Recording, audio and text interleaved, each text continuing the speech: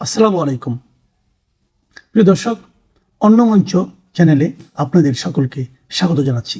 দর্শক, বাংলাদেশে আওয়ামী লীগের রাজনীতিতে নিষেধাজ্ঞা রয়েছে, তাদের কার্যক্রমে নিষেধাজ্ঞা রয়েছে। ছাত্রলীগ একেবারে নিষিদ্ধ সংগঠন হিসেবে বর্তমানে রয়েছে। এরকম একটা পরিস্থিতিতে আন্তর্জাতিক অঙ্গনে আওয়ামী লীগ নানা ধরনের লবিং করার চেষ্টা করছে। ভারত কতটা আওয়ামী লীগকে সহযোগিতা করছে সেই ব্যাপারে ইদানিং বেশ সন্দেহ দানা বেঁধে উঠেছে। তখন আওয়ামী লীগের আন্তর্জাতিক লবিং কতটা কাজে দিচ্ছে। তারা অনেক আগেই লবিস্ট ফার্ম মানে ইউকের একটা যুক্তরাজ্যের একটা বিখ্যাত লবিস্ট ফার্মকে নিয়োগ দিয়েছিল তাদের পক্ষে লবিং করার জন্য। তারা বেশ কিছু জায়গায় সফল হতেও আমরা দেখেছিলাম। এবার যে ঘটনাটা ঘটলো সেটা হচ্ছে যে প্রায় 200-র কাছাকাছি আইনজীবী, আন্তর্জাতিক আইনজীবী, তারা জাতিসংঘে আবেদন জানালেন আওয়ামী লীগের নিষেধাজ্ঞা যেন প্রত্যাহার করে নেওয়া হয়, সেটা যেন তুলে নেওয়া হয় এবং জাতিসংঘ যেন বাংলাদেশকে চাপ প্রয়োগ করে।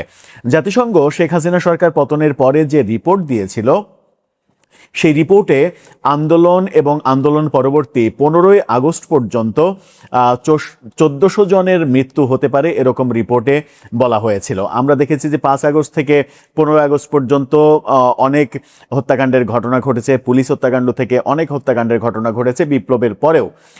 কিন্তু আমরা বহুভাবে প্রফেসর ইউনূস সরকারকে দাবি করতে দেখেছি যে আন্দোলনেই এই 1400 জন মারা গেছে। কিন্তু আওয়ামী লীগের পক্ষে কিংবা নিরপেক্ষ জায়গা থেকে অনেকেই বলার চেষ্টা করেছেন যে 5 আগস্ট থেকে 15 আগস্ট পর্যন্ত যে সময়টা, এই সময়টায় অনেকেই নিহত হয়েছেন এবং কয়েকশো এই সংখ্যা। সেই ক্ষেত্রে এখন পর্যন্ত সরকার যখন 830-40 জনের বেশি মানে শনাক্ত করতে পারেনি, গেজেট প্রকাশ করতে পারেনি, তখন সেটা নিয়ে নানা দিকে তর্ক বিতর্ক চলছে। মাঝখানে আমরা জামাতের আমিরকে দেখেছি যে তিনি বলেছেন যে 1200 শহীদের বাড়িতে তিনি গিয়েছেন। 1.5 বছরে কত দিন হয়, সেই দিনে ধরে নেওয়া যায় যে 500 দিনে তিনি 1200 শহীদের বাড়িতে গেলেন, যে শহীদের বাড়িগুলো টেকনাফ থেকে তেঁতুলিয়ায় বিভিন্ন জেলায়। একজন মানুষের পক্ষে এই 1200 জনের বাড়িতে কিভাবে যাওয়া সম্ভব সেটা নিয়েও বিতর্ক হচ্ছে এবং সেই বিতর্ক সংসদেও উঠেছে। এরকম একটা পরিস্থিতিতে জাতিসংঘে এবং জাতিসংঘের ওই রিপোর্টে, যে রিপোর্টের কথা বললাম, সেই রিপোর্টে জাতিসংঘ স্পষ্ট বলেছিল কোনো দলকে নিষিদ্ধ করা যাবে না। কিন্তু প্রফেসর ইউনূস সরকার সেটা শোনেনি। কিন্তু জাতিসংঘের রিপোর্টে ওই 1400 জনের সংখ্যা নিয়ে তারা অনেক বেশি মানে ওইটাকে কাজে লাগানোর চেষ্টা করেছে, আমরা দেখেছি। এবার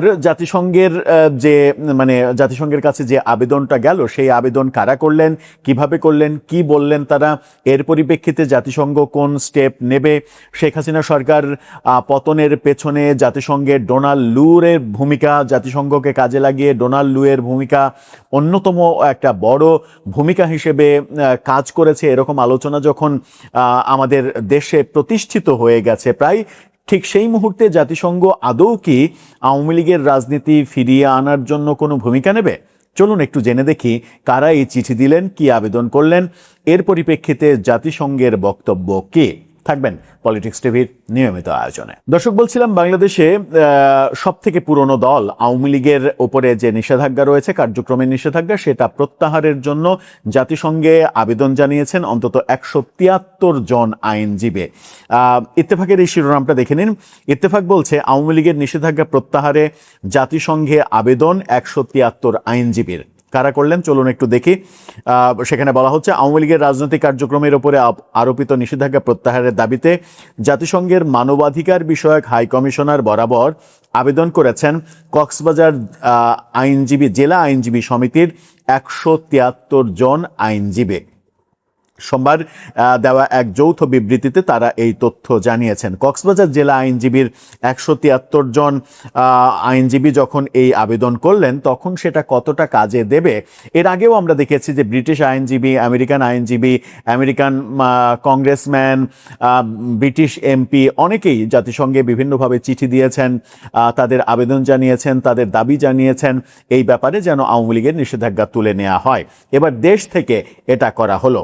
বিবৃতিতে আইনজীবীরা বলেন, জাতীয় সংসদে পাশ হওয়া সন্ত্রাস বিরোধী বিল 2026-এর মাধ্যমে দেশের অন্যতম প্রাচীন রাজনৈতিক দল আওয়ামী লীগের কার্যক্রম নিষিদ্ধ করা হয়েছে, যা সংবিধানের 38 অনুচ্ছেদ ও মৌলিক অধিকারের পরিপন্থী।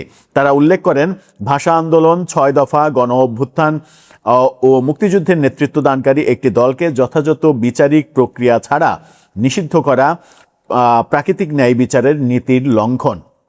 বিবৃতিতে আরও উল্লেখ করা হয়, বাংলাদেশ জাতিসংঘের নাগরিক ও রাজনৈতিক অধিকার বিষয়ক আন্তর্জাতিক চুক্তির স্বাক্ষরকারী দেশ, কিন্তু নতুন এই আইনের মাধ্যমে আন্তর্জাতিক বাধ্যবাধকতা ও গণতান্ত্রিক অধিকার ক্ষুণ্ণ করা হয়েছে।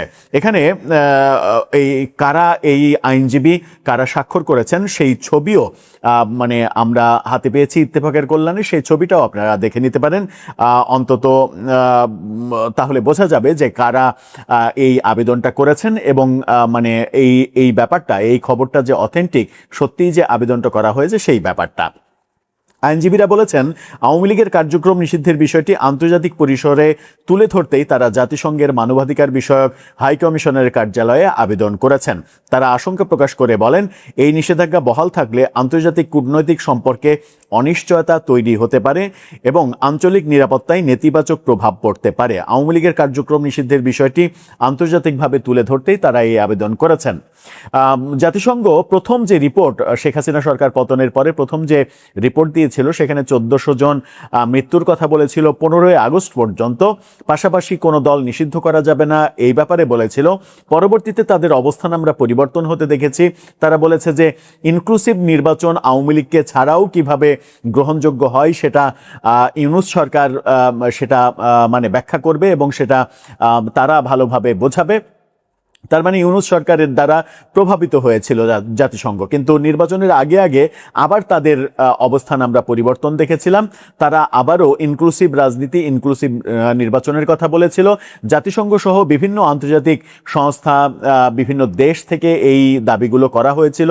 আওয়ামী লীগের নিষেধাজ্ঞা তুলে নেওয়ার ব্যাপারে আমেরিকা, ইউকে সহ বিভিন্ন দেশ, ভারতের চাপ তো রয়েছে, রাশিয়ার চাপ রয়েছে, অস্ট্রেলিয়ার চাপ রয়েছে, এরকম বড় বড় বেশ কিছু দেশের চাপ থাকা সত্ত্বেও সেগুলো শোনা হয়নি। এবং বর্তমান বিএনপি সরকারের আমলে আমরা দেখলাম যে প্রফেসর ইউনূসের জারি করা অধ্যাদেশ, যে অধ্যাদেশের মাধ্যমেই, অধ্যাদেশকে কাজে লাগিয়েই আওয়ামী লীগের উপরে নিষেধাজ্ঞা দিয়েছিল তারা, সেই অধ্যাদেশ আবার বিল আকারে বিএনপি সংসদে পাশ করলো। পাশ করার মাধ্যমে যেটা হলো সেটা হচ্ছে প্রফেসর ইউনূসের সিদ্ধান্ত বহাল থাকলো, আওয়ামী লীগের নিষেধাজ্ঞা আরও দীর্ঘায়িত হলো।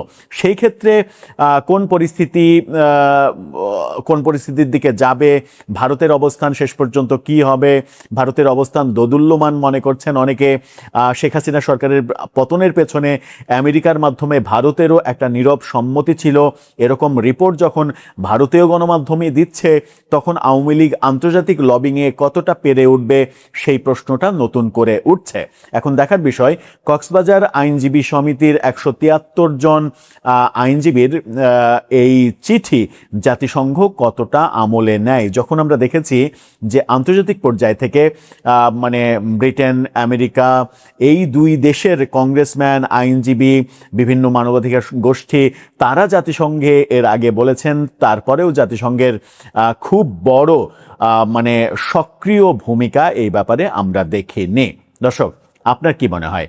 আপনি কি এই চিঠিতে আশাবাদী হচ্ছেন, নাকি এটা শুধুমাত্র একটা নিউজ মাত্র?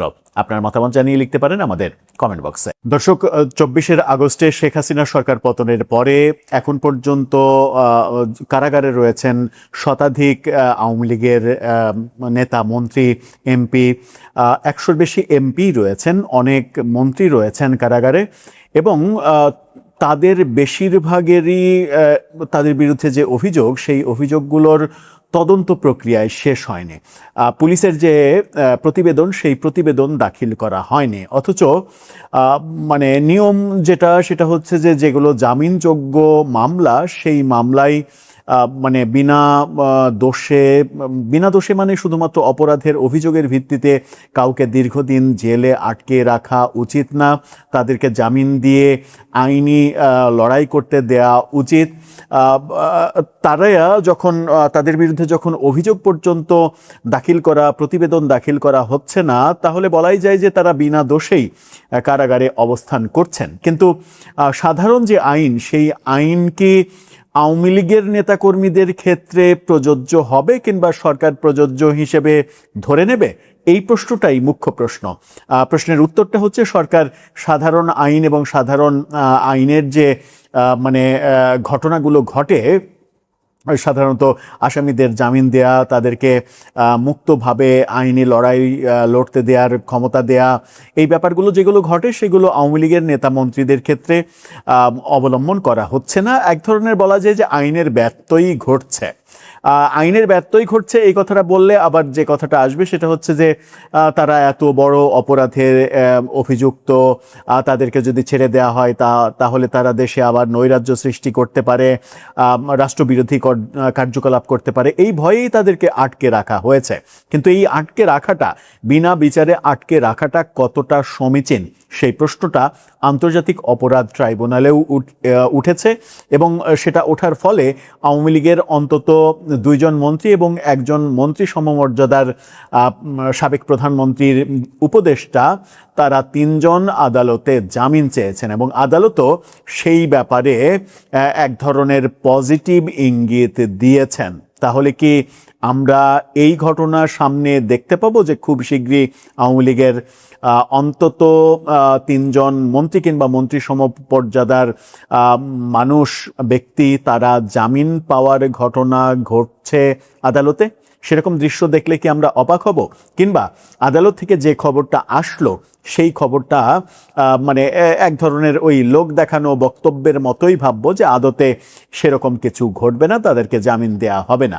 চলুন আদালতে কি ঘটনা ঘটলো, আওয়ামী লীগের 3 মন্ত্রী জামিন চাইলেন, তার প্রেক্ষিতে আদালত কি বলছে, জামিন দেওয়ার সম্ভাবনা তৈরি হলো কিনা, জামিন হয়ে গেলে আরও আওয়ামী লীগের নেতাদের জামিনের ঘটনা দেখব কিনা, যে মুহূর্তে অনেকেরই জামিন চেয়ে এক ধরনের জনমত তৈরি করার চেষ্টা করা হচ্ছে সামাজিক যোগাযোগ মাধ্যমে।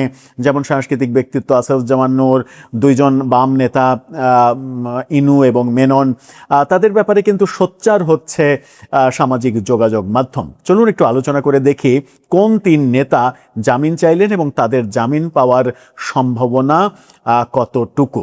থাকবেন পলিটিক্স টিভির নিয়মিত আয়োজন। দর্শক, বলছিলাম 24-এর সরকার পতনের পরে দীর্ঘদিন ধরে কারাগারে আছেন, 1.5 বছরেরও বেশি সময় ধরে কারাগারে রয়েছেন, কিন্তু এখন পর্যন্ত তাদের বিরুদ্ধে যে মামলা, যে অভিযোগ, সেই মামলা অভিযোগের পুলিশি যে তদন্ত প্রতিবেদন কিংবা চার্জশিট জমা দেয়া হয়নি। যার ফলেই যে কেউ তো দাবি করতেই পারে যে আপনি তদন্তই করছেন না, চার্জশিটই দিচ্ছেন না, অযথা আমাকে জেলে রাখছেন কেন? এবং সেই বক্তব্য দিয়েই আওয়ামী লীগের 3 জন মন্ত্রী এবং মন্ত্রী সমমর্যাদার ব্যক্তি জামিন চেয়েছেন। তারা হচ্ছেন সাবেক শিক্ষামন্ত্রী এবং পররাষ্ট্রমন্ত্রী দীপু মনি, সাবেক প্রতিমন্ত্রী কামাল আহমেদ মজুমদার, যিনি মোহনা টেলিভিশনের মালিক, এবং সাবেক তৌফিক এলাহি বিদ্যুৎ এবং জ্বালানি উপদেষ্টা সাবেক প্রধানমন্ত্রী শেখ হাসিনার, এই 3 জন জামিন চেয়েছেন আদালতে। প্রথম আলোর এই শিরোনামটা দেখে নিন, সেখানে বলা হচ্ছে 1.5 বছরেও তদন্ত প্রতিবেদন দাখিল হয়নি, জামিন চাইলেন তৌফিক, দীপুমণি, কামাল। এর মাঝে আমরা গতকালকে আদালতে একটা হৃদয় বিদারক দৃশ্য দেখেছি। দীপুমণির অসুস্থ পক্ষাঘাতগ্রস্ত স্বামী, তিনি হুইল চেয়ারে বসে, তিনি তো নিজে নড়তেই পারেন না, তাকে হুইল চেয়ারও উঁচা করে নিয়ে যেতে হয়, সেরকম একটা অবস্থা, মুমূর্ষ রোগী তিনি আদালতে গিয়েছিলেন দীপুমণির সঙ্গে দেখা করতে। এই ভিডিওটা সামাজিক যোগাযোগ মাধ্যমে বেশ ইমোশন ক্রিয়েট করেছে।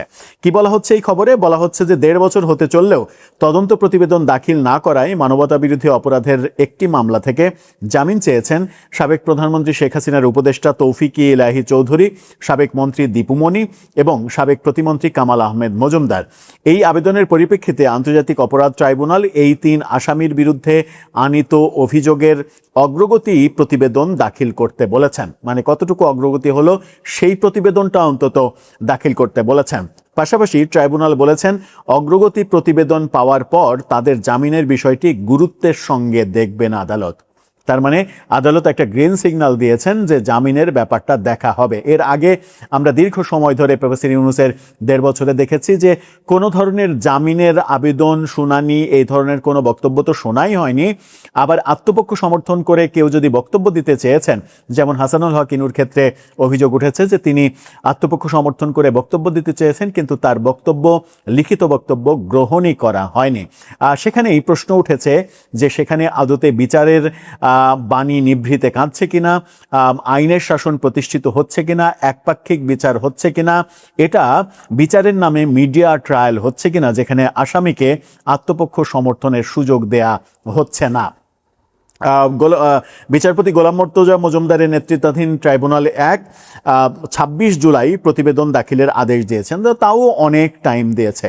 26 জুলাই মানে এখনো প্রায় 3 মাসের বেশি সময় পুলিশকে দেয়া হয়েছে যে মানে প্রতিবেদনের অগ্রগতি, তদন্ত প্রতিবেদনের অগ্রগতি কি সেটা জানানোর জন্য। এটাও একটা মোটামুটি কেউ কেউ ভাবতে পারেন যে এটাও একটা হাস্যকর ব্যাপার হবে যে পুলিশকে আরো 3 মাসের সুযোগ দিয়েছেন, তারপরে 3 মাস পরে এই আসামিরা আবার কি বলবেন, আবার আদালত কি বলবে, আবারও পুলিশকে সময় দেওয়া হবে কিনা, এভাবেই কাটবে কিনা, এই প্রশ্নগুলো আসবে। জুলাই গণঅভ্যুত্থানের সময় সংগঠিত মানবতা বিরোধী অপরাধের একটি মামলায় সাবেক মন্ত্রী আমির হোসেন আমু, মোহাম্মদ আব্দুর রাজ্জাক, কামরুল ইসলাম, দীপুমণি, গোলাম দস্তগীর গাজী, শাহজাহান খান, সাবেক প্রধানমন্ত্রীর উপদেষ্টা তৌফিকি ইলাহি চৌধুরী, সাবেক সংসদ সদস্য সোলাইমান সেলিম, সাবেক সচিব মোহাম্মদ জাহাঙ্গীর আলম এবং অবসরপ্রাপ্ত বিচারপতি ASM শামসুজ্জামান চৌধুরী মানিককে ট্রাইব্যুনালে হাজির করা হলে এই আদেশ দেয়া হয়। এখন দেখার বিষয় যে প্রতিবেদনটা অনেক বড় প্রতিবেদন, পড়ার তো দরকার নেই। এখন দেখার বিষয় যে আসামি এবং আসামি পক্ষের আইনজীবীদের যে বক্তব্য যে 1.5 বছরেরও বেশি সময় ধরে পুলিশ যে তদন্ত প্রতিবেদনই দিতে পারছে না, চার্জশিটই দিতে পারছে না, সেই মামলায় কেন আসামি জামিন পাবেন না। আদালতের পক্ষ থেকে একটা গ্রিন সিগন্যাল দেওয়ার মতো বক্তব্য শোনা গেছে যে পুলিশের এই তদন্ত অগ্রগতি প্রতিবেদন দেওয়ার পরে আদালত তাদের জামিনের ব্যাপারটা খুবই মানে গুরুত্ব সহকারে দেখবেন। কি হতে চলেছে 26শে জুলাই যখন পুলিশ প্রতিবেদন দেবে তদন্তের অগ্রগতি সম্পর্কে, তখন কি পুলিশ বলবে যে আমাদেরকে আরও 1 বছর সময় দেওয়া হোক, ততদিন পর্যন্ত এই আসামিদের জামিন দেওয়া যাবে না, কারণ তাদের জামিন দিলে তারা রাষ্ট্রবিরোধী কর্মকাণ্ড করবে, সুতরাং আদালত আর তাদের জামিনই দেবেন না? নাকি কোনো দিক থেকে কোনো সিগন্যাল তৈরি হচ্ছে যে আওয়ামী লীগের অপেক্ষাকৃত মানে কম বিতর্কিত কিংবা কম অপরাধ করেছেন এরকম নেতা বাছাই করে করে তাদেরকে জামিন দেওয়ার ঘটনা ঘটবে এবং তারা যেন আওয়ামী লীগের কর্মকাণ্ড চালাতে পারে, আওয়ামী লীগের রাজনীতি করতে দেওয়ার অধিকার ফিরিয়ে দেওয়ার মাধ্যমে সেই কাজগুলোর একটা আগাম আভাস কি আমরা পাচ্ছি? কোনটা হতে চলেছে আপনার মতে জানিয়ে লিখতে পারেন আমাদের কমেন্ট বক্সে।